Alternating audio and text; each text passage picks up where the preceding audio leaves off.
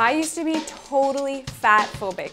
In fact, I would go to the grocery store, I'd walk down the aisle, and I would specifically look for foods that had low fat on the label. Then I would read the nutrition label and buy foods that were as low fat as possible. Let me tell you, this was also the time period, this went on for quite a few years, where my skin was so dry and lifeless. My scalp was constantly dry, which made my hair dry, and I just did not feel my best. So when I started eating fats again, wow, what a difference. And guys, if you like this video, give me some love. Give me a thumbs up, subscribe to the notifications, subscribe to my YouTube channel, and of course, comment below, ask me your questions. I always love talking to you guys.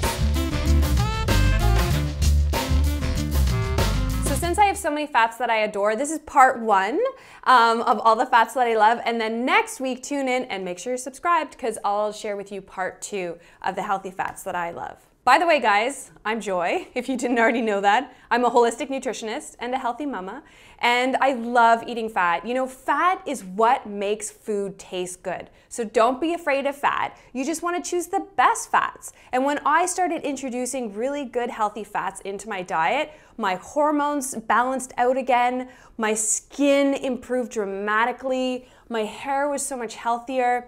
Eating fat helps to reduce inflammation. Every single cell in your body is made, it has a lipid layer.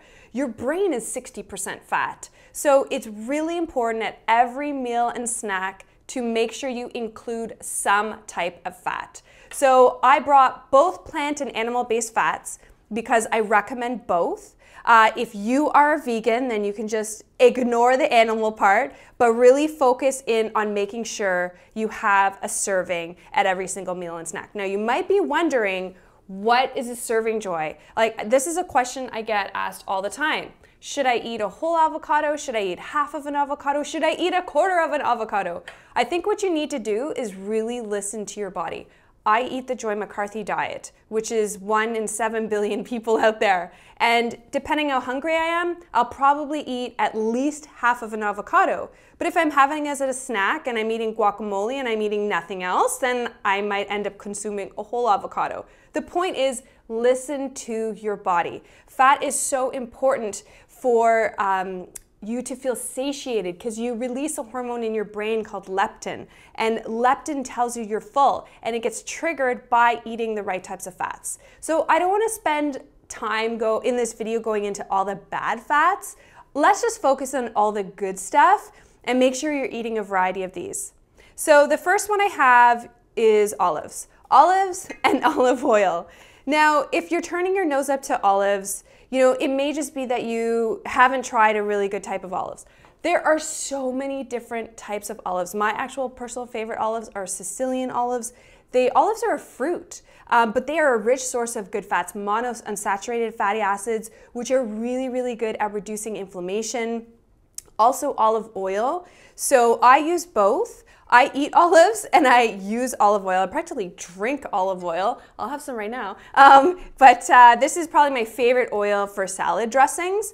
But what I find is really great about olives, when I'm making dinner, and when you're making dinner at home, do you find that you're really hungry and you're like often eating as you're prepping dinner? So don't do that. Instead, have like 3 to 4, maybe 5 olives, eat them as you're prepping dinner. Maybe that's too much. You gotta like listen to your body, but that's what I do. And sometimes I have C-snacks. I have like a small snack that will tide me over, but won't like totally ruin my appetite. So for olive oil, I use olive oil for both sauteing, and it's my preferred oil for salad dressing. Sometimes I use a bit of flax oil as well. But for those of you thinking, oh my God, Joy, don't heat olive oil. Not all olive oil is created equal. So olive oil has natural antioxidants present in the oil, and when you buy really good quality olive oil, this protects the oil so that you can bring it to a higher temperature. If you buy cheap olive oil that has very few antioxidants, antioxidant nutrients, for example, the oils are not protected and free radicals can be created when heat is applied to the oil. It oxidizes, and that's very unhealthy. But if you're using a good quality oil, you'll notice it does have a slightly higher smoke point. So I've also got avocado oil. I find that avocado oil is a nice neutral tasting oil. I do prefer the taste of olive oil, but avocado oil is great for sauteing because you can bring it up to a higher temperature. Final point about any liquid vegetable oil that you use, or fruit oil, because avocado is a fruit, you want to make sure it's in a dark bottle because these types of oils are very susceptible to damage from heat, oxygen, light. So dark bottle, preferably glass, if you can get it as well. Now the whole food version of the avocado oil is obviously the avocados, which I'm sure you eat lots of them as well. You know, it's funny, I actually never ate avocados as a kid or a teenager. It wasn't really a food that I ate, but now I eat avocados all the time because they are such a good source of fat, and the fatty acid composition is really, really good for heart health. So really helps to balance your blood lipids, and really rich in fiber too. A lot of people don't know that about avocados. They have both soluble and insoluble fiber. So that's why when you eat an avocado, not only is it filling because of the fat, because it's a very fatty fruit, but it's also filling because of the fiber. And fiber is really, really good for gut health and your gut bacteria. A fun fact about avocados is that they're also rich in carotenoids. And this is a phytonutrient that actually gives the orange hue to foods. Now, obviously this is not orange, but it does have those types of pigments in there. But carotenoids are amazing for your immune system. And another cool fact is that fat helps with the absorption of carotenoids. And so you're gonna absorb more of the nutrients in avocados, and they're a natural source of lipase, which is a fat digesting enzyme. So this is like a perfect whole food. So guacamole, love it. There's a great recipe on my website, but so easy to make. But even just, I like my daughter, we have a 3-year-old, I like just slicing up the avocado, putting a little bit of sea salt and giving that to my daughter Vienna. That's her favorite way to eat avocado. Or on a sandwich, in a wrap, just as like a side. So many great ways to enjoy avocado. My next group of foods have endless possibilities in the kitchen. Nuts and seeds. So think nut and seeds in their whole form, nut and seed butters, nut and seed milks, which I don't have here right now. And so let's go through some of them right now.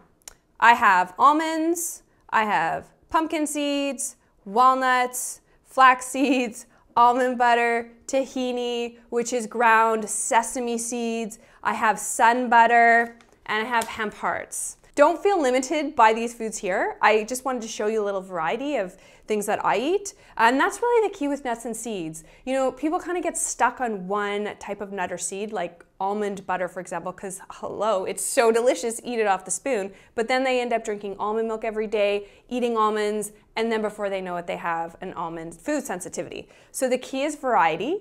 But what I love about nuts and seeds is they have so many different health benefits. Pumpkin seeds, for example, are a great source of zinc. And zinc is great for fertility for men. Zinc is also really, really good for your immune system. So I like just taking some pumpkin seeds and I eat them as a snack. I make a trail mix, or I just sprinkle them on a salad. I keep it really simple. You could also turn these into a butter. So good. Almonds, I eat all the time. I like to roast my own almonds and make almond butter. But roasted brings out the flavor. It's not going to destroy all the fat, but if you want the full benefits of these good fats that are within almonds, then you want to eat them raw. That's really key. I have some flax seeds here. Flax seeds are fantastic for digestive health, also for hormonal balance as well. They're a rich source of lignans, really, really rich in fiber. And also flax, if you can eat eggs, flax are a great way in baking to replace an egg. So lots of times if I'm making a recipe that I'm not using eggs, I just mix a little bit of water with some egg, and that's a flax egg essentially. And walnuts, they look like little brains. They're a source of omega-3 fatty acids, the plant-based version of them. Walnuts are fantastic for cardiovascular health. There's been research that has shown just a handful of walnuts every day really helps to balance out cholesterol and prevent cholesterol from oxidizing. So that's something you definitely want for heart health, is you don't want your cholesterol to oxidize in your body. and then just a variety of nut and seed butters. So I just find this a really easy, quick snack to like chop up some apple, slather it with some sun butter, boom, you have a great snack. So fulfilling. Hemp Hearts are something I use all the time. I'll show you what they look like. Hemp Hearts are a complete source of protein, as well as being a good source of a unique type of fat called GLA. And GLA is really fantastic for hormonal balance and for reducing inflammation in the body. If you have PMS, bad PMS, or if you are a menopausal woman, eat more Hemp Hearts. Getting more of this type of fatty acid called GLA into your body is extremely beneficial, and they taste really, really good. I love Hemp Hearts. Okay guys, so that was part 1 of healthy fats that I stock in my kitchen. So tune in next week for part 2 of my favorite healthy fats. Bye!